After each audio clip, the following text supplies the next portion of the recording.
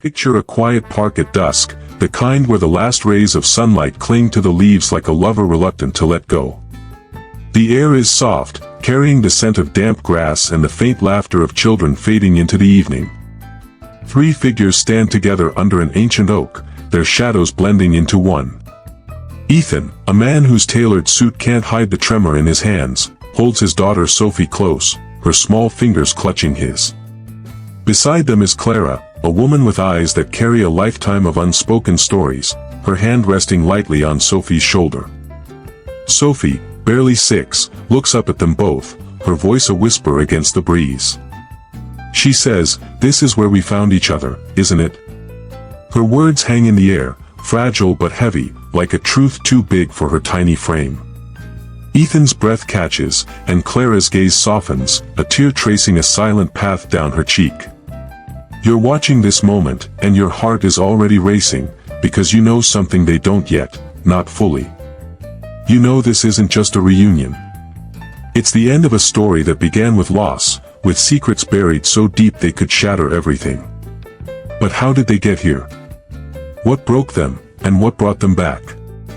Let's step backward, unravel the threads of this tale, and find out why this moment feels like a miracle, and a wound. Just hours ago, the rain was falling in sheets, the kind that soaks through your soul. Clara stood outside Ethan's modest home, her dark coat dripping, her hair plastered to her face. She held a yellowed envelope, its edges worn from years of being hidden. Ethan opened the door, his face a mix of exhaustion and hope, as if he'd been waiting for her without knowing why. Sophie, in her pajamas, peeked from the hallway, her teddy bear, Mr. Paws, dangling from one hand. Clara's voice was low, steady, but it carried the weight of a lifetime. She said, "Ethan, I need to tell you something about Sarah, your wife." The words landed like a stone in still water, rippling through the quiet house. Ethan's eyes widened, and he gestured for her to come inside, but his movements were slow, cautious, as if he sensed the ground beneath him shifting. Sophie ran to Clara, wrapping her arms around her legs, and said, "You're all wet." But Clara's gaze never left Ethan's. She placed the envelope on the kitchen table, her fingers trembling just enough to betray her calm. Inside was a single page, its ink faded but legible, found at the scene of a highway accident, November 1993. Twin female child, name unknown. Ethan read it in silence, his face paling. He looked up at Clara, and for a moment, neither spoke. The rain tapped against the windows, a relentless rhythm, and Sophie's small voice broke the tension. "Is that about Mommy?" she asked. Ethan didn't answer, but his hand reached for a photograph in a drawer, a picture of Sarah as a child, her curls framing a thoughtful face, a faint scar behind her ear. He laid it beside Clara, and the resemblance was undeniable, like a mirror reflecting a life lost. Clara touched her own neck, where a similar scar hid beneath her hair. She said, "I think Sarah was my twin." The words weren't loud, but they tore through Ethan like a blade. He leaned back, his chair creaking, and whispered, "How did I not know?" Clara didn't cry, didn't flinch, but her eyes held a grief so raw it seemed to fill the room. She said, "I didn't come to take anything from you. I just needed you to know. Sophie deserves to know." And in that moment, you, the viewer, feel your chest tighten, because you're seeing a family on the edge of something monumental, a truth that could either bind them or break them forever. Step back a day, and the scene shifts to a small, cluttered apartment, where Clara sat alone in the dark. The only light came from a flickering lamp, casting shadows on a faded photograph from her orphanage days. She was 9 in the picture, her hair loose, her gaze tilted just beyond the camera, as if searching for something she couldn't name. That night, she'd woken from a dream so vivid it left her breathless, a field of grass, 2 little girls running, one calling, "Sis, wait for me." The dream had haunted her for weeks, each time sharper, each time leaving her with a hollow ache. She dismissed it at first, but the weight of it grew, like a memory trying to claw its way back. So she'd gone to the city library, digging through dusty boxes of orphanage records, her hands shaking as she read a handwritten note, special case, female child, no birth records, found near accident site.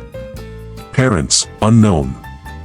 The date, November 1993, matched the year Ethan had once mentioned Sarah was adopted after a car crash.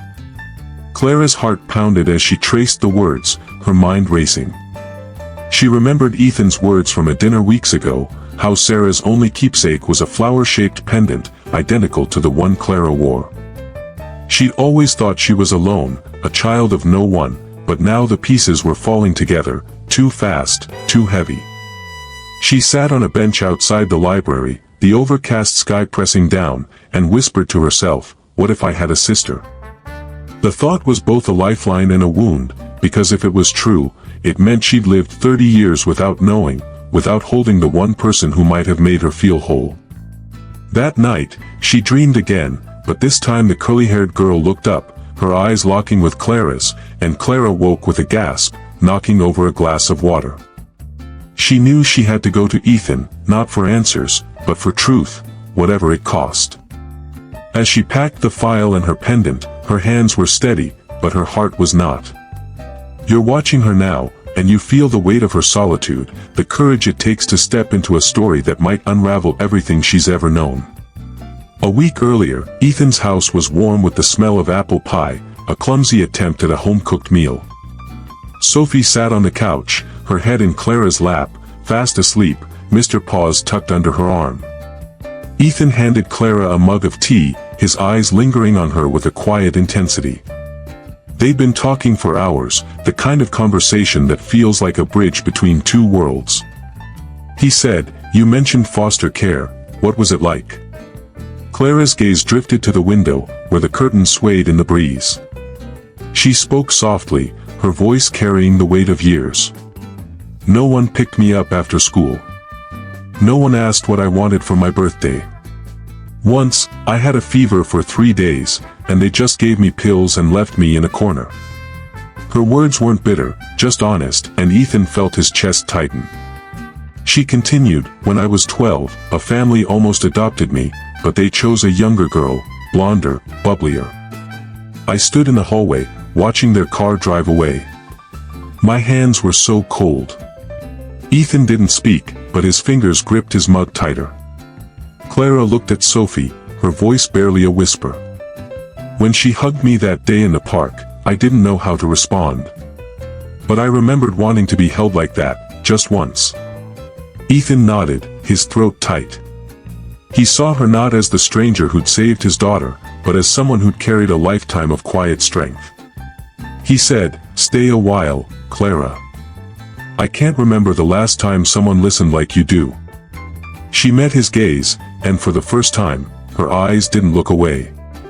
The silence between them was gentle, like a breath held after a long day. Sophie stirred, murmuring in her sleep, and Clara tugged the blanket higher. Ethan's gaze fell to the pendant at her collarbone, a silver flower, glinting in the lamplight. He froze, because it was Sarah's pendant, the one she'd never taken off. He almost asked, but something stopped him, a fear that the truth might be too much. Clara sipped her tea and said, "This wasn't part of my plan, but thank you for letting me be here." Ethan replied, "Maybe the things we don't plan are the ones we need most." You're sitting with them now, feeling the warmth of the room, but also the undercurrent of something unspoken, something that's about to change everything. Let's go back a month, to a small cafe near the park, where Ethan, Clara, and Sophie sat at a wooden table. Sophie was coloring a menu, her tongue poking out in concentration, Mr. Paws propped beside her. Ethan glanced at Clara, still shaken from the day he'd nearly lost Sophie. He said, "Tell me about yourself, Clara. What do you do?" She ate slowly, her words measured, as if she wasn't used to being asked. "I live nearby. Freelance writing, some French tutoring. Nothing fancy." Ethan nodded, then asked, "Do you have family here?" Clara shook her head, her gaze dropping. "I grew up in foster care. Never knew my real family." The air shifted, and Ethan's fingers tightened around his glass. Clara continued, "I don't usually say that out loud, but when Sophie held my hand, I thought, maybe this is what it feels like to matter. Her voice was steady, but it carried a raw honesty that silenced Ethan. Sophie looked up, holding out her drawing, 3 stick figures, Sophie in the middle, holding Ethan in Clara's hands. The image was messy, but it stopped them both. Ethan wasn't thinking about reports, and Clara couldn't hear the echo of her own solitude.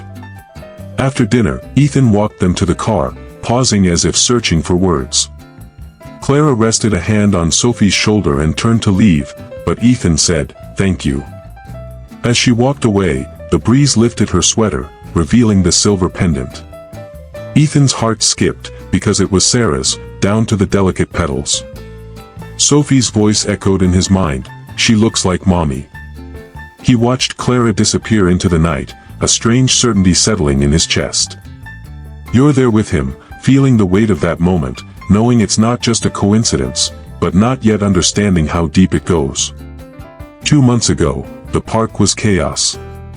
Ethan knelt in the grass, Sophie in his arms, his breath ragged with relief. "I'm here now," he whispered, his face slick with sweat or tears. It didn't matter. Clara stood a few steps away, her presence quiet but unshakable. Sophie, still trembling, ran to her, hugging her legs. "You look like Mommy," she said, her words slicing through the air. Clara's eyes flickered with something unreadable, but she knelt, smoothing Sophie's hair. Ethan stood, his voice hoarse. "Thank you, Clara. I don't know what I would have done." She nodded, stepping back, but Sophie's words lingered, stirring something in Ethan he couldn't name. He looked at Clara, her worn flats, her simple sweater, and felt a pull, not of gratitude, but of recognition. She said, "Is she okay?" her voice soft, like dusk settling over the park. Ethan nodded, unable to speak, caught between the terror of losing Sophie and the strange familiarity of this stranger. Clara turned to leave, but Sophie ran after her, throwing her arms around her. "Don't go," she said.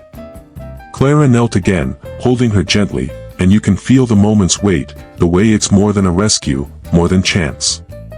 Hours before, Clara was crouching beside Sophie under that same oak, the little girl's eyes red from holding back tears. "Hey, sweetheart, are you lost?" Clara asked, her voice a lifeline in the noise of the park. Sophie didn't answer, but her small hand reached for Clara's, a trust born of something deeper than words. Clara sat with her, sharing a tissue, a sip of water, a quiet presence. "I lost someone too," she said, and Sophie's gaze softened, as if sensing a shared wound. When Ethan's shout, "Sophie!" tore through the air, Clara guided her toward him, her heart heavy with a strange ache. She watched them reunite, father and daughter clinging to each other, and stepped back, unnoticed. But Sophie looked over Ethan's shoulder, her eyes finding Clara's, and said, "Thank you. You're watching this, and you know this isn't just a kind act, it's the beginning of something that will unravel lives." That morning, Ethan was in the park, his phone pressed to his ear, his mind 1,000 miles away. "Richard, the terms are clear. No revisions after 5, he said, his voice clipped, mechanical. Sophie ran ahead, her white dress catching the light, Mr. Paws flopping in her arms. "Daddy, look, a puppy," she called, but Ethan's smile was reflex, fleeting. "Just a minute, sweetie," he said, his eyes on his phone. He didn't see her slip beyond the trees, didn't feel the shift until it was too late. When he looked up, she was gone. His shout, "Sophie!" was raw, desperate, the polished CEO stripped away, leaving only a father stumbling through the crowd, his heart stuttering with fear. You feel his panic, the way it claws at him, because you know what's at stake, even if he doesn't yet. And before that, Clara woke in her small apartment, stirred by a dream of laughter and strawberries. She had no plans, no urgent tasks, just a quiet pull to walk to the park. Her life had been one of solitude, shaped by foster care, by years of being unseen. But that morning, her worn flats tapped softly on the path, and she felt something new, a sense that she was walking towards something meant for her. As she stepped into the park, the sunlight caught her pendant, glinting like a promise. You're with her now, feeling the weight of her loneliness, but also the spark of hope, because you know what's coming, even if she doesn't. This is where it all begins, or ends, depending on how you see it. A father, a stranger, a little girl, and a truth buried in time. You're hooked, aren't you? Because you want to know how they got from that morning to that dusk under the oak, how loss became love, how secrets became salvation. Stay with me, because the next piece of this story will pull you deeper, and you won't want to miss a single word. Let's step back, not just a few hours, but years, to a time when the world felt sharper, colder, and the pieces of this story were just beginning to fall into place. Imagine a city evening 6 years ago, the kind where the neon lights flicker against a bruised sky, and the air hums with the restless energy of people chasing dreams they don't yet know will break them. Ethan, then a rising star in the corporate world, was not yet the CEO he'd become, but his ambition burned like a fever. He was 32, his suits already tailored, his handshake firm, his smile calculated. But beneath the polish, there was a hollowness, a space where love might have lived if he'd ever let it. His wife, Sarah, was still alive then, her laughter a soft anchor in his chaotic world, but even she couldn't fully reach him. He was a man building an empire, and empires, he believed, demanded sacrifice. You're watching him now, striding through the city, his phone pressed to his ear, unaware that a single moment is about to shift the course of his life. It was a late autumn night, the kind where the wind carries a bite, and the streets are slick with the first rain of the season. Ethan had been dragged to a wedding reception for a cousin he barely knew, a lavish affair in a downtown hotel with chandeliers that glittered like promises. He loathed these events, too many forced smiles, too many hands to shake, but appearances mattered, and he was there to be seen. The ballroom was a swirl of silk dresses and clinking glasses, the air thick with perfume and ambition.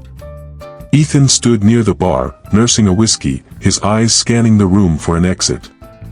That's when he saw her, Clara, though he didn't know her name yet. She was a server, moving through the crowd with a tray of champagne flutes, her dark hair pulled back, her movements precise but unhurried.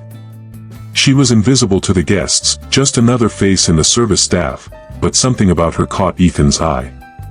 Maybe it was the way she paused to adjust a fallen napkin, her fingers quick but gentle, or the way her lips curved slightly when a child darted past her, giggling. You feel it, don't you? That moment when the world slows, and someone you don't know yet feels like they've always been there. Clara was 24 then, her life a patchwork of odd jobs and quiet resilience. She'd been in foster care since she was 3, shuffled between homes that never felt like hers, her only constant a silver pendant shaped like a flower, a relic from a past she couldn't remember. She worked nights at the hotel, days at a bookstore, saving every penny for a future she couldn't quite picture. That night, she was exhausted, her feet aching in her worn black flats, but she kept her head down, her smile polite. The tray in her hands trembled slightly as she navigated the crowd, the weight of the glasses heavier than it should have been. Then it happened, a guest, drunk and careless, bumped into her, sending the tray crashing to the floor.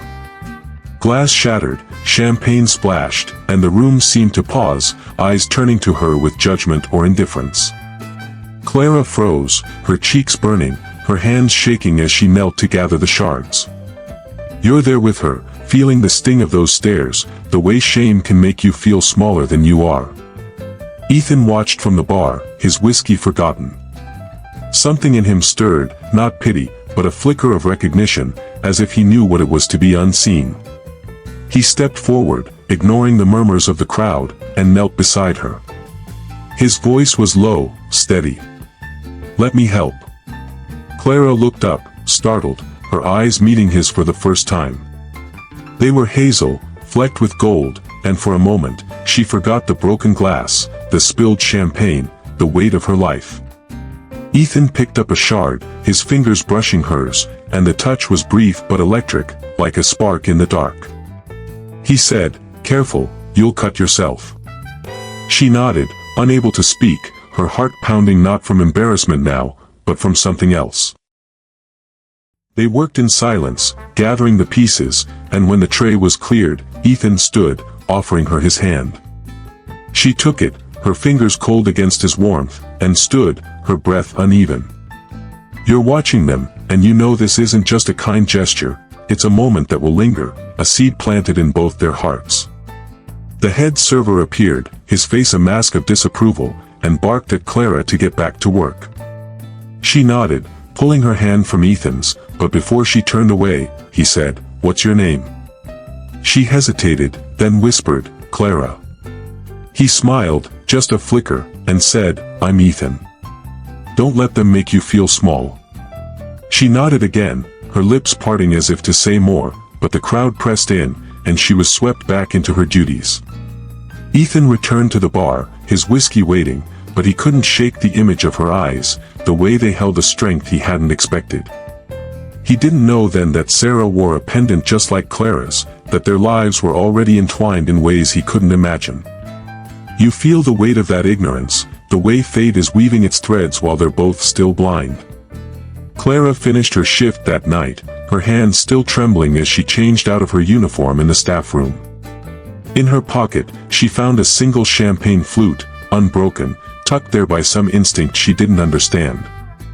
She held it to the light, its crystal catching the dim glow, and thought of Ethan's voice, his hand brushing hers. She didn't know his last name, didn't know he was married, didn't know he'd soon forget her in the rush of his ambitions. But she felt something shift inside her, a spark of hope she hadn't allowed herself in years. As she walked home through the rain, the city lights blurring around her, she whispered to herself, "Maybe I'm not invisible."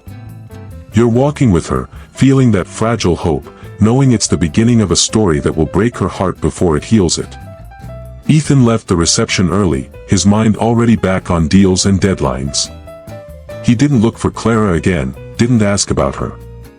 But as he stepped into the rain, he felt a strange unease, like he'd left something behind.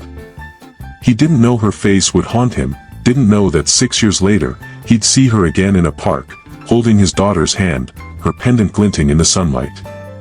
You're watching him now, and you want to shout, to tell him to turn back, to hold on to this moment. But he doesn't, and the story moves on, pulling you deeper into the past, where the truth is still waiting to be uncovered. Let's slip further back, to a time when Clara's world was smaller, heavier, a place where hope was a luxury she could rarely afford. It's 5 years before that fateful night at the wedding reception, and Clara is 19, living in a cramped apartment on the edge of the city. The walls are thin, the air smells of mildew, and the single window lets in more noise than light. She's alone, but not lonely, not yet. She's learned to fill the silence with the hum of her own thoughts, the scratch of a pen in her notebook, the faint clink of coins she counts each night, dreaming of a life beyond this. The silver flower pendant hangs around her neck, its weight a quiet comfort, the only link to a past she can't recall. You're here with her, in this dim room, feeling the weight of her solitude, the way it presses against her like a second skin. But there's a fire in her, a stubborn spark that refuses to go out, and it's about to face its first real test. Clara works 2 jobs to keep the lights on. By day, she's a cashier at a corner bookstore, surrounded by the musty scent of old pages, her fingers tracing the spines of novels she can't afford to buy. By night, she waits tables at a diner, her apron stained with grease, her smile a practiced shield against the leers of late-night customers.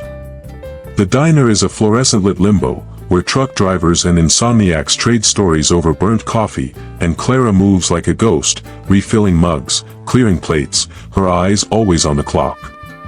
She's saving for a community college course, something to pull her out of this cycle, but every dollar feels like a battle won.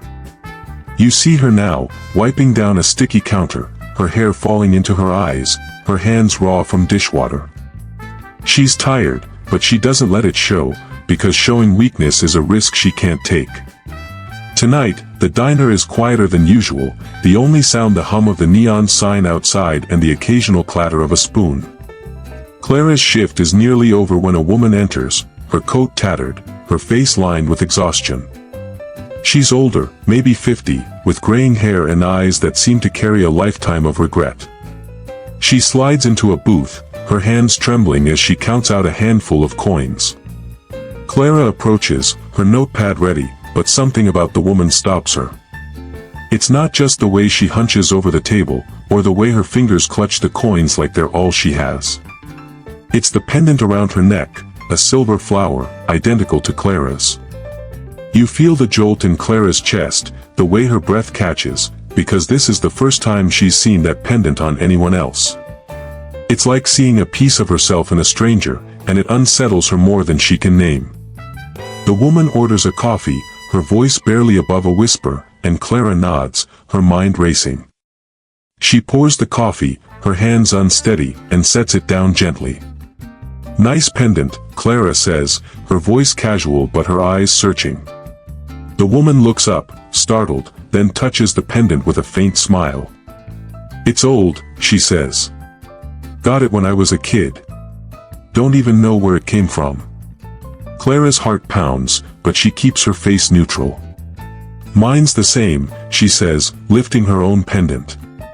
The woman's eyes widen, and for a moment, they just look at each other, two strangers bound by a fragile thread. You're watching this, and you know it's no coincidence, but Clara doesn't, not yet.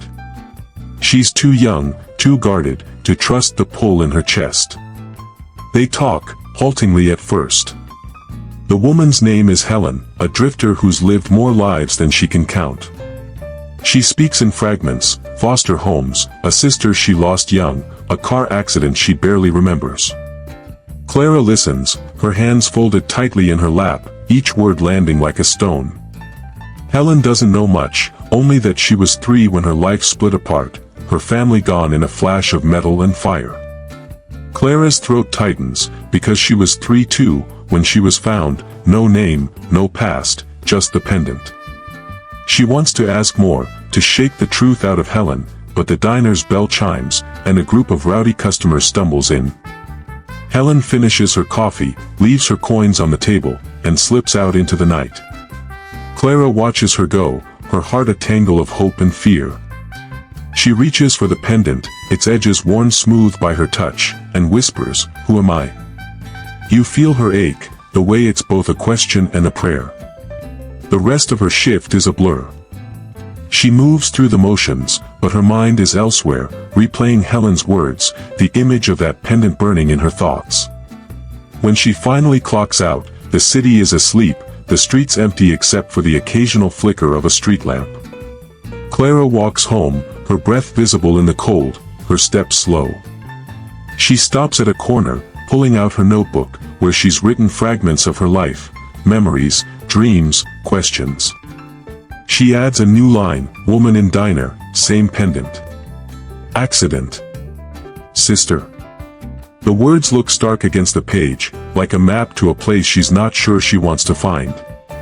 You're standing beside her, feeling the chill of the night, the weight of a truth she's not ready to face.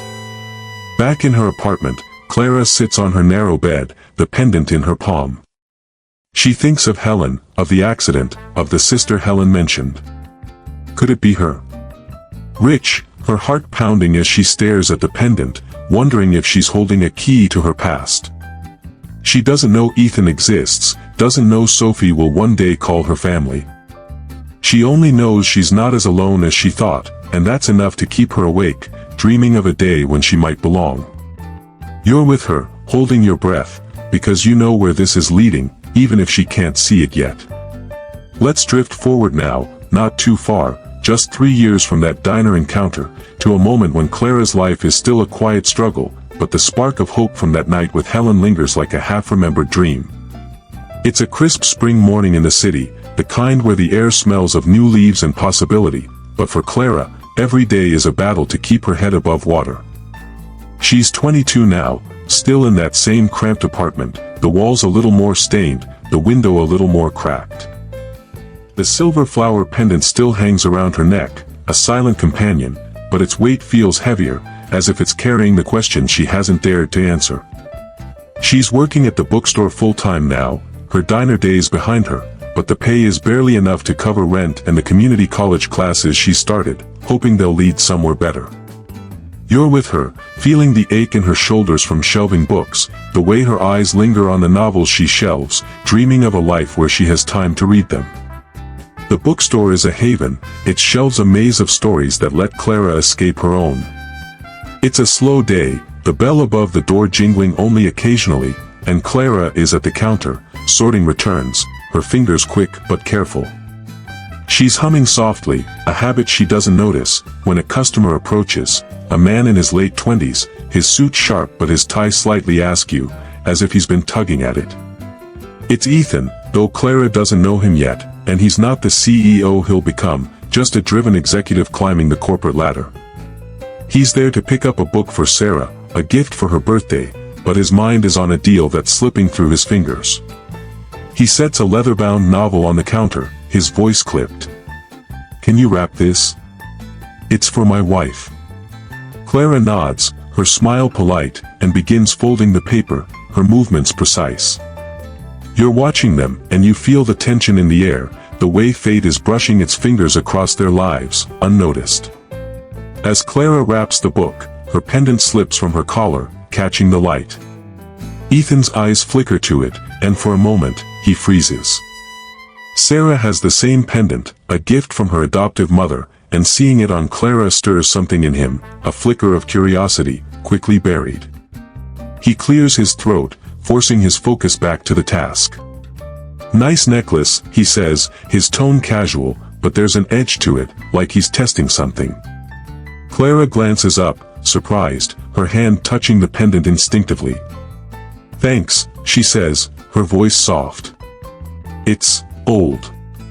She doesn't elaborate, and Ethan doesn't push, but the moment lingers, a thread stretched taut between them. You feel it, the way their lives are grazing each other, so close to tangling but not quite there. They exchange a few words, about the book, the weather, nothing deep, but there's a rhythm to it, a ease that neither expects.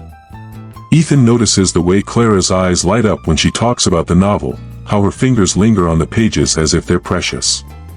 Clara notices the faint lines of stress around Ethan's eyes, the way his smile doesn't quite reach them. It's a fleeting connection, over in minutes, but as Ethan takes the wrapped book and leaves, he glances back, just once, and Clara meets his gaze. The bell jingles, and he's gone, but Clara's heart is beating faster, and she doesn't know why. She tucks the pendant back under her collar, her fingers lingering, and thinks of Helen, of the sister she might have had. You're there, feeling the spark of that moment, knowing it's a piece of a puzzle they're both too blind to see. Later that day, Clara's shift ends, and she walks to her college class, her backpack heavy with secondhand textbooks. The lecture is on literature, and she listens intently, scribbling notes, but her mind keeps drifting to the man in the suit, to the way he'd looked at her pendant. It's silly, she tells herself, just a random encounter, but she can't shake the feeling that it meant something. On her way home, she stops at a cafe, using her tip money to buy a coffee, a rare treat. She pulls out her notebook, where she's kept her thoughts since the diner night with Helen. She writes, "Man in bookstore, saw my pendant. Felt familiar, like I should know him." The words look small, uncertain, but they carry a weight she can't ignore. You're reading over her shoulder, feeling the pull of that connection, the way it's tugging her toward a truth she's not ready for. That night, Clara lies awake, the city's hum filtering through her window. She holds the pendant, its petals cool against her skin, and thinks of the accident Helen mentioned, the sister lost in a crash. She's tried to find Helen since that night, but the woman was a ghost, gone without a trace. Clara's searched records, called shelters, but found nothing. The pendant is her only clue, and now this man, Ethan, has seen it, recognized it. She wonders if he knows something, if he's a link to her past, but the thought scares her as much as it excites her. She closes her eyes, willing herself to sleep, but her dreams are restless, filled with flashes of a car wreck, a child's cry, a hand reaching for hers. You're in those dreams with her, seeing the fragments of a life she can't yet piece together. Ethan, meanwhile, is back in his world, the bookstore encounter already fading under the weight of meetings and deadlines. He gives Sarah the book, watches her smile, but doesn't mention the pendant. It's a small thing, he tells himself, a coincidence. But as he lies awake that night, Sarah asleep beside him, he sees Clara's face, her hazel eyes, the way they held a quiet strength. He doesn't know she's out there, carrying a piece of his wife's past, a piece of his future. You're watching him, and you want to shake him, to make him see, but the story isn't ready yet. It's pulling you back, deeper, to a time when the truth was still buried, waiting to be found. Let's move forward now, to a moment just weeks after that fleeting bookstore encounter, where the threads of Clara and Ethan's lives are starting to weave together, though neither knows it yet. It's a warm summer afternoon in the city, the kind where the sun paints everything gold, and the streets hum with the energy of people escaping their routines. Clara is 22, still balancing her bookstore job and college classes, her life a delicate dance of survival and dreams. The silver flower pendant rests against her collarbone, a quiet reminder of questions she's pushed to the back of her mind since meeting Helen and the man in the suit, Ethan. She's tried to forget them, to focus on her studies, but there's a restlessness in her, a sense that something is waiting to be uncovered. You're with her, feeling the heat of the day, the way her steps are quick but heavy, as if she's carrying more than just her backpack. Clara is on her way to a rare job interview, a chance to work as a part-time assistant at a publishing house, a step toward the life she imagines. She's nervous, her palms damp as she smooths her second-hand blazer, but there's a fire in her eyes, a determination forged in years of being overlooked. The office is in a sleek downtown building, all glass and steel, a world away from her cramped apartment. She steps into the lobby, her worn flats silent on the marble floor, and takes a deep breath, clutching her resume like a shield. The receptionist directs her to a conference room, and as she enters, her heart skips. There, at the head of the table, is Ethan. He's sharper now, his suit crisp, his posture commanding, but it's him, the man from the bookstore, the one who noticed her pendant. You feel the jolt in her chest, the way the room seems to shrink, because this isn't just a coincidence anymore. Ethan is there to oversee the interviews, a task he's taken on to scout talent for a new project. He's distracted, his mind on a merger that's teetering, but when Clara walks in, he looks up, and something flickers in his eyes. He doesn't recognize her immediately, but there's a pull, a vague sense of familiarity. "Miss," he says, glancing at her resume. "Clara," she replies, her voice steady despite the storm inside her. She sits, her hands folded, and the interview begins, a series of questions about her experience, her skills. Ethan's tone is professional, clipped, but his gaze lingers on her pendant, glinting under the fluorescent lights. It's Sarah's pendant, he's sure of it, and the thought unsettles him, though he can't say why. You're watching them, feeling the tension, the way their words are polite but their eyes are saying something else. Clara answers his questions, her voice clear, her passion for books shining through.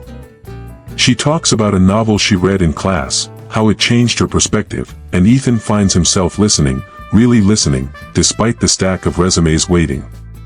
There's a moment when their eyes meet, and it's like the bookstore all over again, brief, electric, unspoken. Clara's hand brushes the pendant as she speaks, and Ethan's jaw tightens, his mind flashing to Sarah, to the pendant she wears, the one she's never explained. He wants to ask, but the setting stops him, the weight of his role, the eyes of the other interviewers. Clara feels his stare, and her heart races, not just from nerves but from a strange certainty that he knows something she doesn't.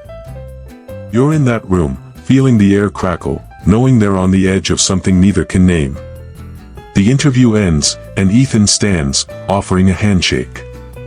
His grip is firm, but his fingers linger a moment too long, and Clara's breath catches. "Thank you, Clara," he says, his voice softer than before. She nods, her smile tight, and leaves, her heart pounding.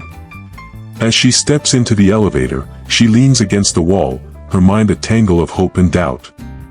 She thinks of his eyes, the way they seem to see her, really see her, and wonders if he's the key to the questions she's carried since meeting Helen. She pulls out her notebook, scribbling, "Man from bookstore, now at interview. Same look at my pendant. Who is he?" The words are shaky, urgent, and you're reading them, feeling her need to know, her fear of what she might find. Ethan stays in the conference room, the other interviewers discussing candidates, but his mind is elsewhere. He flips through Clara's resume, his thumb brushing her name. Clara. The name feels familiar, like a song he's heard but can't place. He thinks of the pendant, of Sarah, of the way Clara's eyes held a quiet strength, a resilience that stirred something in him. He tells himself it's nothing, just a coincidence, but as he leaves the office, he glances at the street below, half expecting to see her. She's gone, of course, but the feeling lingers, a nagging sense that he's missed something vital. You're with him, feeling his unease, the way it's starting to crack the surface of his carefully controlled life. That night, Clara sits in her apartment, the city's hum a distant lullaby. She holds the pendant, its petals catching the lamplight, and thinks of Ethan, of Helen, of the sister she might have lost. She's not sure what it all means, but she feels a pull, a need to keep moving toward the truth, no matter how much it scares her. She whispers, "If you're out there, I'll find you." You're listening, and you know she's closer than she thinks, but the path is still tangled, still fraught with secrets. Ethan, meanwhile, is at home, Sarah's laughter filling the room as she reads the novel he bought her. He watches her, his heart heavy, and doesn't mention the pendant, the girl, the interview. He tells himself it's nothing, but as he lies awake, he sees Clara's face, her hazel eyes, and wonders why they haunt him. You're watching him, wanting to shout, to make him see the connection, but the story is still unfolding, pulling you deeper into the past where the answers lie waiting. Let's shift forward, to a moment just months after Clara's interview, where the delicate threads of her life and Ethan's are pulling tighter, though they're still blind to the pattern they're forming. It's late summer, the city sweltering under a haze that makes every breath feel heavy. Clara is 22, her hopes from the publishing house job dashed when they chose someone with more experience. She's back at the bookstore, her days a blur of shelving and studying, her nights spent in her tiny apartment, where the silver flower pendant is her only constant. But something has shifted since meeting Ethan twice, first at the bookstore, then at the interview. His face, his voice, the way he looked at her pendant, linger in her mind like a half-forgotten melody. You're with her, feeling the heat of the season, the weight of her quiet determination, as she moves through a world that feels both too big and too small. Clara has been hired for a temporary gig, a last-minute replacement for a catering assistant at a corporate event. It's not her usual work, but the pay is good, and she needs every dollar for her next semester's tuition. The event is a gala for Lancaster Enterprises, a name she doesn't connect to Ethan until she arrives at the venue, a glittering hotel ballroom, much like the one where she spilled champagne years later. She's in a black uniform, her hair pinned up, moving through the crowd with a tray of hors d'oeuvres, her eyes down, her steps careful. The room is alive with laughter, clinking glasses, and the low hum of power deals being struck. Clara feels out of place, a shadow among the elite, but she's used to being invisible. You're watching her, feeling the ache in her feet, the way she steels herself against the weight of being unseen. Then she sees him, Ethan, standing near a group of executives, his suit impeccable, his smile polished but distant. He's 29 now, closer to the CEO he'll become, his ambition a fire that's starting to consume him. He's here to network, to solidify his place in a world that demands everything. Clara freezes, her tray wobbling slightly, her heart racing. It's him, the man from the bookstore, the interview. She doesn't know his role here, doesn't know he's the rising star of Lancaster Enterprises, but his presence pulls at her, like a tide she can't resist. She moves closer, not intentionally, just drawn by something she can't name. You feel it, the way the room seems to narrow, the way fate is nudging them together, even as they remain strangers. Ethan notices her, not immediately, but when she passes his group, offering her tray. His eyes catch the glint of her pendant, and he pauses mid-sentence, his hand tightening around his glass. It's the same pendant, the one Sarah wears, the one he saw on Clara before. He steps toward her, his voice low. "Excuse me, can I have one of those?"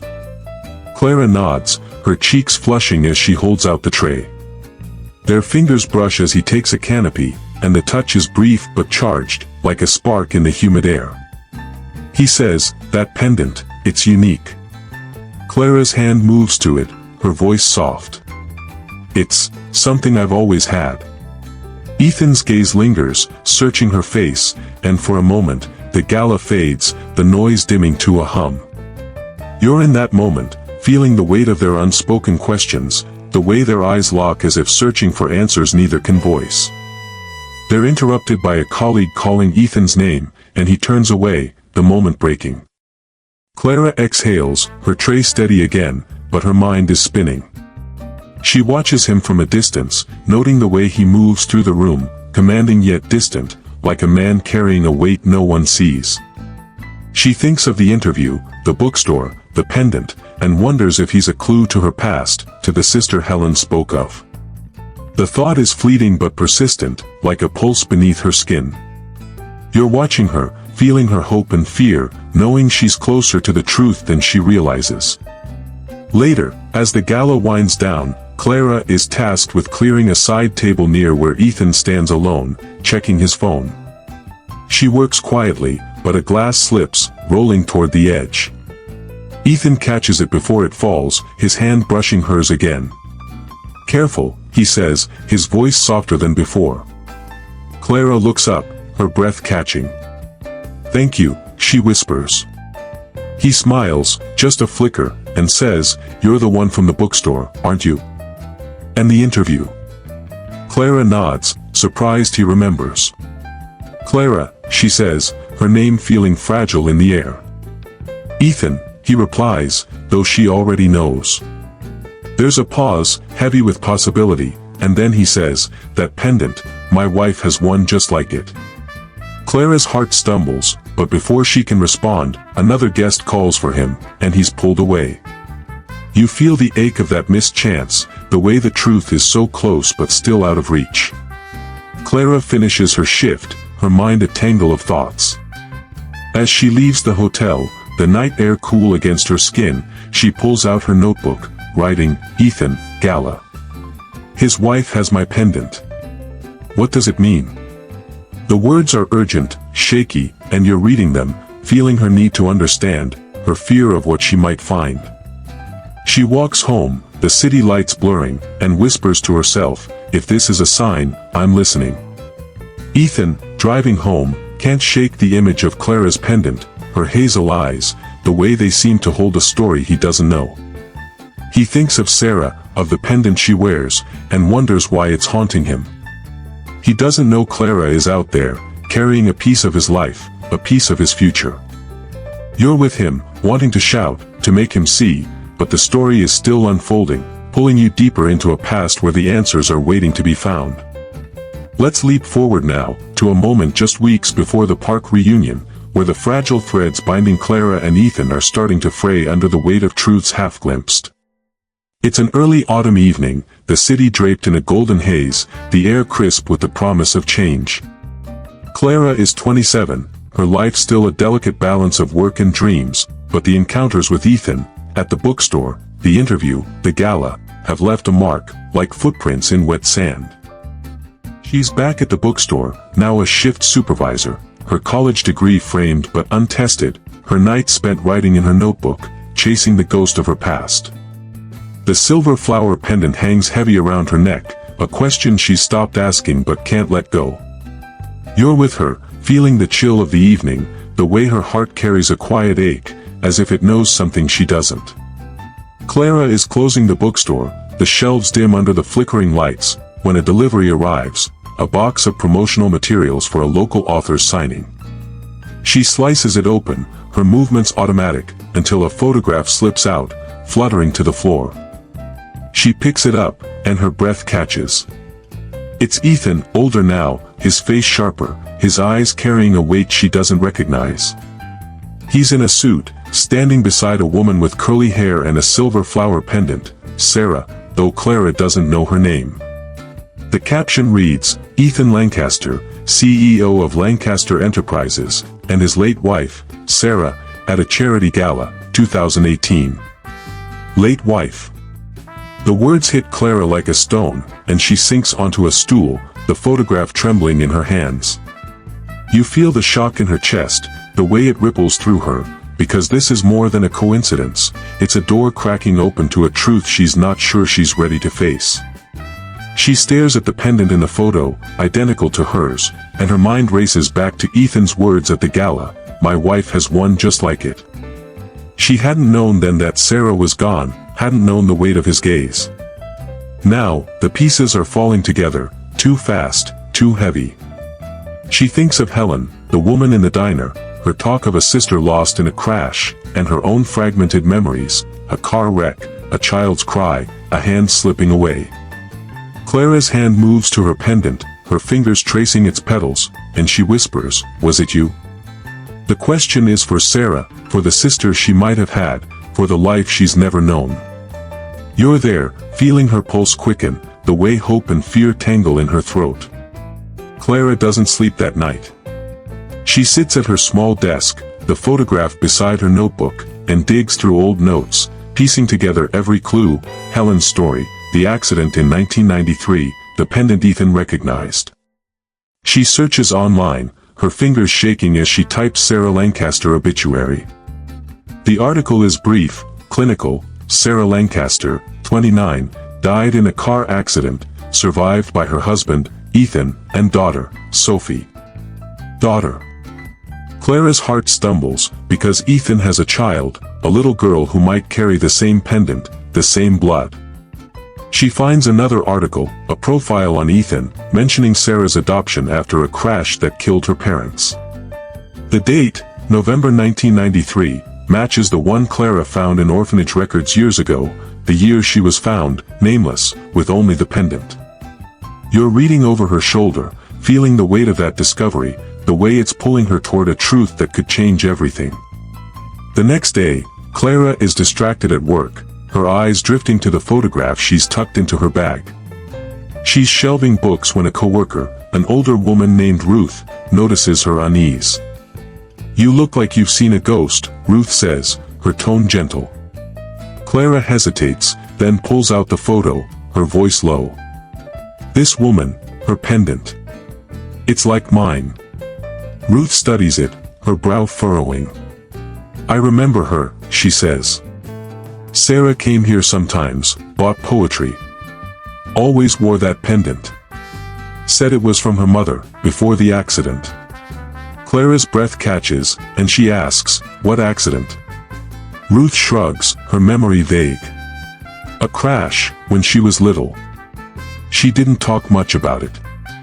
Clara nods, her mind spinning, and when Ruth leaves, she leans against the shelf, her heart pounding. You feel her panic, the way the truth is closing in, too big to hold. That evening, Clara walks to the park, the same one where she'll soon find Sophie. She sits on a bench, the photograph in her hands, and stares at Sarah's face, searching for herself in it. The curls, the scar Ruth mentioned behind Sarah's ear, it's all too familiar. Clara touches her own neck, where a faint scar hides beneath her hair, and a sob escapes her. She thinks of Ethan, of the way he looked at her pendant, and wonders if he knows, if he's been carrying the same questions. She writes in her notebook, "Sarah, my sister. Ethan, what do you know?"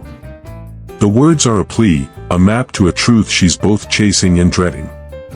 You're sitting beside her, feeling the cool air, the way her tears fall silently, because she's so close to the answers she's sought for years. Clara doesn't know Ethan is across town, in his office, staring at a framed photo of Sarah, her pendant glinting in the light. He's been haunted since the gala, by Clara's face, her pendant, the way they stir memories he can't place. He doesn't know she's out there, holding a photograph that could unravel his world. You're watching him, wanting to bridge the gap, to make them see, but the story is still weaving, pulling you toward a moment when the truth will finally break free. Let's step closer to the present, to a moment just days before the park reunion, where the weight of unspoken truths is pressing down on Clara and Ethan, ready to shatter the fragile walls they've built. It's a late autumn afternoon, the city cloaked in a damp chill, the streets slick with fallen leaves. Clara is 27, her life a tapestry of quiet resilience, but the photograph of Sarah and Ethan has upended her world. She's carrying it in her bag, along with her notebook, where she's written every clue: Helen's story, the 1993 accident, the pendant, Ethan's haunted gaze. The silver flower pendant hangs around her neck, no longer just a keepsake but a key to a past she's terrified to unlock. You're with her, feeling the bite of the wind, the way her steps falter as she heads toward a confrontation she's not sure she can face. Clara has tracked Ethan down, not through courage but desperation. She found Lancaster Enterprises' address online, and now she's in the lobby, her worn flats out of place on the polished marble. Her heart pounds as she asks for Ethan Lancaster, her voice barely steady.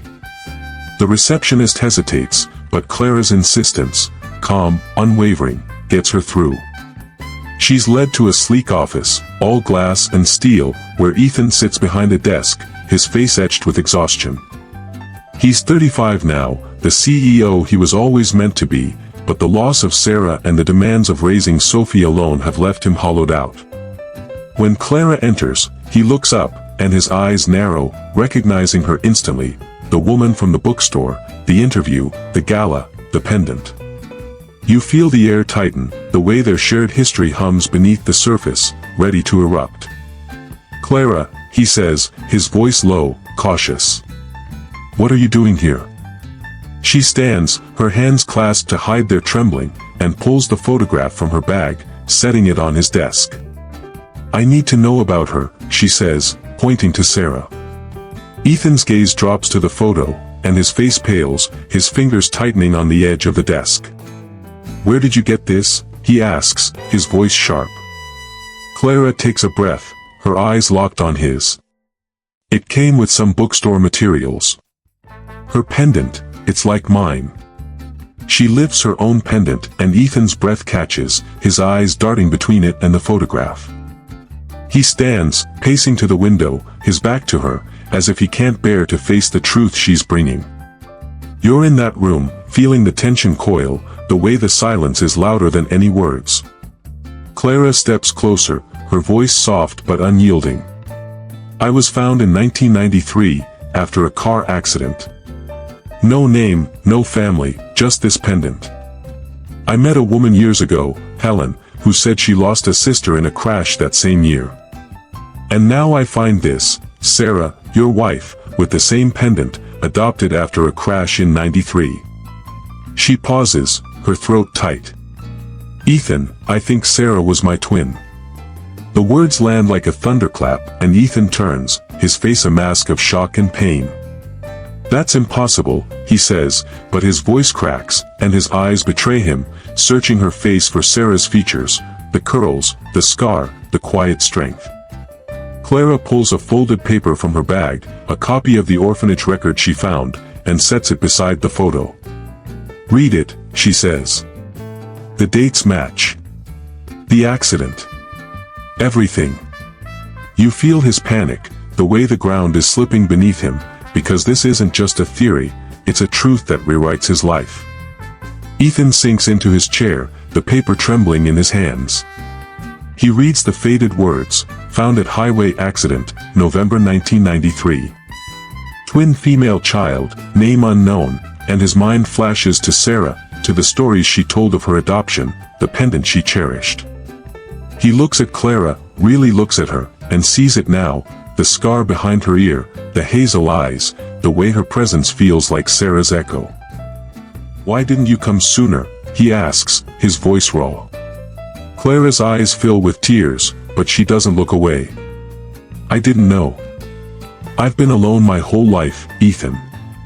I didn't know I had a sister until I saw that photo." Her voice breaks, and she steps back, her hands shaking. "I didn't come to hurt you. I just needed to know. You're watching them, your heart aching, because this is the moment everything changes, the moment the past crashes into the present." Ethan stands, his face a storm of grief and guilt. "Sarah never knew," he says, almost to himself. "She'd have looked for you. She'd have." He stops, his voice choking, and Clara nods, tears streaming down her face. She reaches into her bag, pulling out a small drawing, a child's sketch of 3 stick figures, one with curly hair, one with a suit, one small in the middle. "I found this in my apartment building's hallway," she says. "A little girl dropped it. I think it's Sophie's." Ethan takes it, his hands shaking, and sees Sophie's scrawl, "Me, Daddy, Lady from Park." His knees buckle, and he grips the desk, because he knows now, Clara is the woman who saved Sophie, the stranger who's been haunting his thoughts. You feel the weight of that revelation, the way it ties every moment together, the bookstore, the gala, the park. Clara turns to leave, her voice barely a whisper. "I'm sorry, Ethan. I didn't mean to break anything." She's at the door when he calls out, "Clara, wait." But she doesn't stop, her steps quick, her tears falling as she flees the office, the building, the truth. Ethan chases after her, but the elevator doors close, and she's gone, leaving him with the photograph, the record, the drawing. He stands in the lobby, his breath ragged, and whispers, "My God, what have I missed?" You're with him, feeling the devastation, the way the truth has torn open his world, and you know the story is hurtling toward its final reckoning. Let's linger in the aftermath of that shattering confrontation, just hours after Clara's departure from Ethan's office, where the truth about Sarah has left them both raw and reeling. It's a cold autumn night, the city shrouded in mist, the streets quiet except for the occasional hum of a passing car. Ethan is alone in his penthouse, the kind of place that screams success but feels like a tomb tonight. The lights are off, the only glow coming from the city skyline through floor-to-ceiling windows. He sits on the couch, the photograph of Sarah and the orphanage record on the coffee table, Sophie's drawing beside them. His suit is rumpled, his tie discarded, and his hands are clasped so tightly his knuckles are white. You're with him, feeling the weight of his solitude, the way grief and regret are clawing at him, tearing down the walls he's built to keep the world at bay. Ethan's mind is a storm, replaying Clara's words, "I think Sarah was my twin." He sees her face now, not just as the stranger from the bookstore, the gala, the park, but as Sarah's mirror, her scar, her eyes, her quiet strength.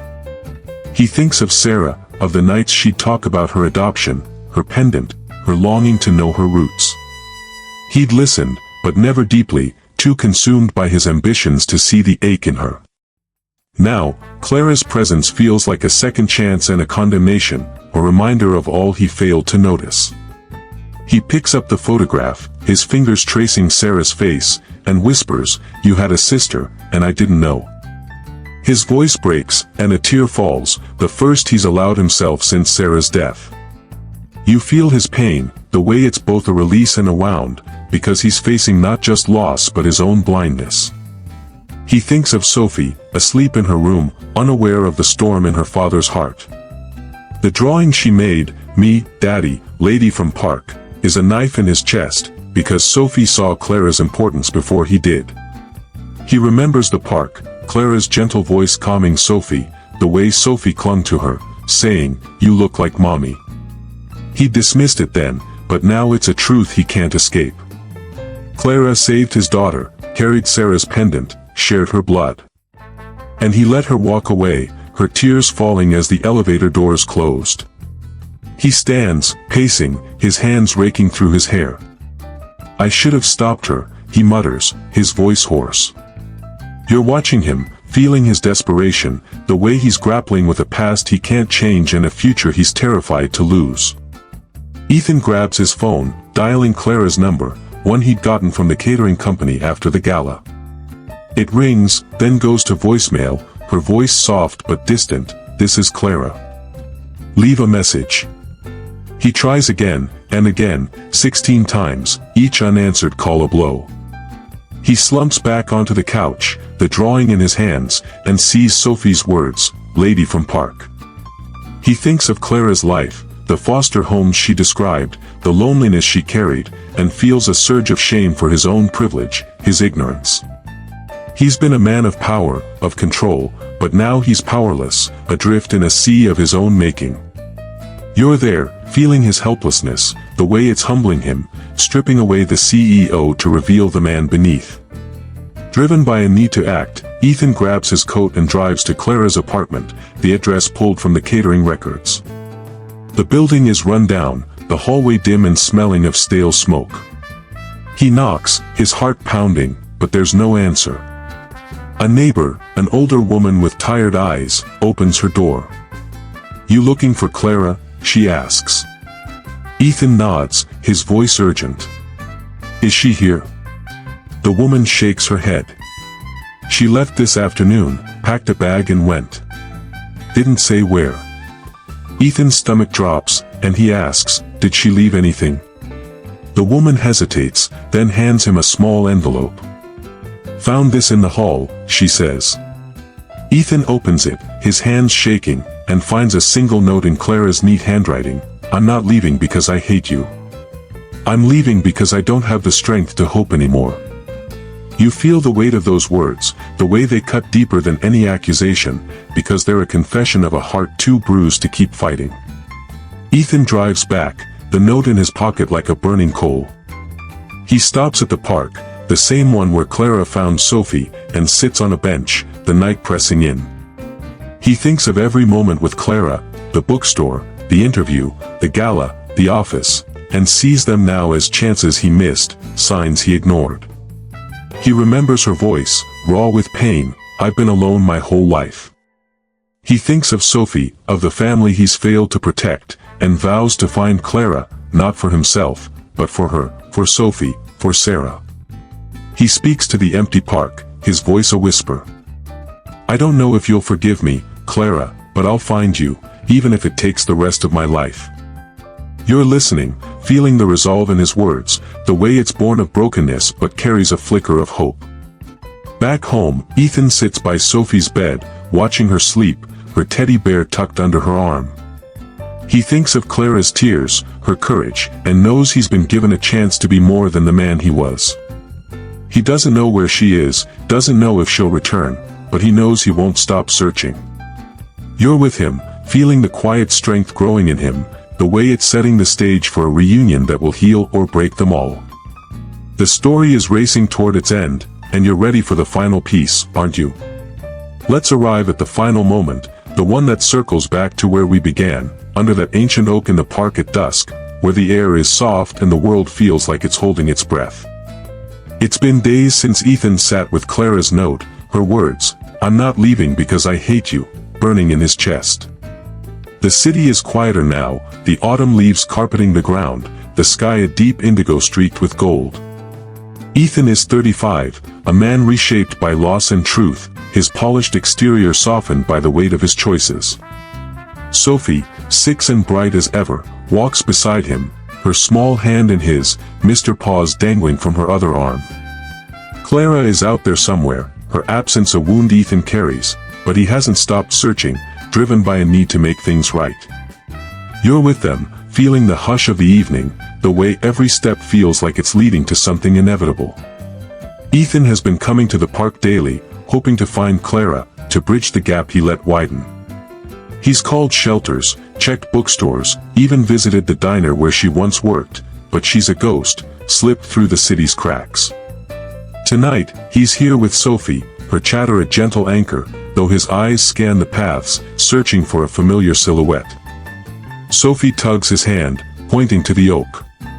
"That's where she found me, Daddy," she says, her voice bright but tinged with longing. Ethan nods, his throat tight, and they walk toward it, the tree's gnarled branches a silent witness to their story. You feel his hope, fragile but stubborn, the way it's keeping him moving forward despite the odds. They sit on a bench near the oak, Sophie swinging her legs, her eyes on a group of kids playing nearby. Ethan pulls out her drawing from his pocket, the stick figures of her, him, and the lady from park, and smooths it gently. "You really liked her, didn't you?" he asks. Sophie nods, her braids bouncing. "She was nice, like Mommy. Can we see her again?" Ethan's heart aches, but he smiles, ruffling her hair. "I'm trying, sweetie." He doesn't know if Clara will forgive him, doesn't know if she's even in the city, but he knows he owes her more than silence. You're watching them, feeling the love in their bond, the way it's a beacon in the gathering dark. Then, a movement catches his eye. Across the park, near a small fountain, a woman sits on a bench, reading to a child. Her dark hair falls over her shoulder, and a silver pendant glints at her neck. Ethan's breath stops, because it's Clara. She's 27, her face softer now, her eyes carrying a quiet peace despite the pain she's fled. She's been staying with a friend, wrestling with the truth about Sarah, unsure if she can face Ethan again. But she's here, drawn to the park by the same pull that brought her to Sophie that day. The child beside her, a friend's daughter, giggles at the story, and Clara's smile is gentle, healing. You feel the moment's weight, the way fate is stitching their lives together, one last time. Ethan doesn't move at first, afraid to break the spell. He watches her, the way she tucks a strand of hair behind her ear, the scar faintly visible, just like Sarah's.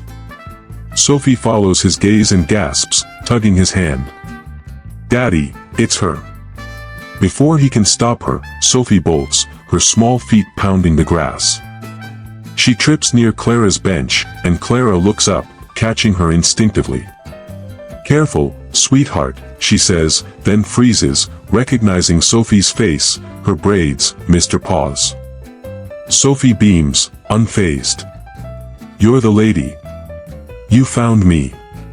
Clara's eyes fill with tears, and she kneels, hugging Sophie gently.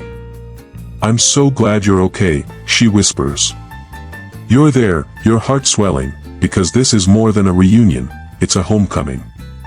Ethan approaches, his steps slow, his hands trembling. Clara stands, Sophie clinging to her, and their eyes meet. The park fades, the sounds of laughter and water dimming, leaving only them. Ethan's voice is rough, barely above a whisper. "Clara." She nods, her lips trembling, and for 10 seconds, neither speaks, their silence a language of pain and hope. Finally, Ethan says, "I've been looking for you. I was wrong to let you walk away." Clara's eyes search his, seeing the man beneath the CEO, the one who's carried Sarah's loss and now her own. "I didn't know how to stay," she says, her voice breaking. "Finding out about Sarah, it was too much." Ethan steps closer, his gaze steady. "You're not alone anymore. You're Sophie's family. You're my family, if you'll let us be." You feel the weight of those words, the way they're a vow, not just to Clara but to the sister he loved and lost. Sophie looks up, her small hand slipping into Clara's. "You look like Mommy," she says, and Clara's tears fall, but she smiles, kneeling to hug her. "I think I was her sister," she says, her voice soft. Sophie nods, as if it's the simplest truth, and takes Ethan's hand, linking them. Clara stands, her eyes meeting Ethan's, and she reaches out, her fingers brushing his. The touch is light, but it holds everything: forgiveness, grief, a future unwritten but possible. Ethan's hand closes around hers, and he says, "I don't know where we go from here, but I want to find out, together." Clara doesn't speak, but her grip tightens, a silent yes. The park grows darker, the stars emerging, and they stand under the oak, three figures bound by loss and love. Sophie leans against Clara, her eyes heavy, and Ethan's arm rests gently on Clara's shoulder. You're watching them, feeling the warmth of their connection, the way it heals wounds you didn't know could mend. The story ends here, not with a perfect bow, but with a promise, of family chosen, of truths embraced, of a love that endures beyond blood. You're left with a quiet certainty: they'll be okay, because they've found each other, and that's enough.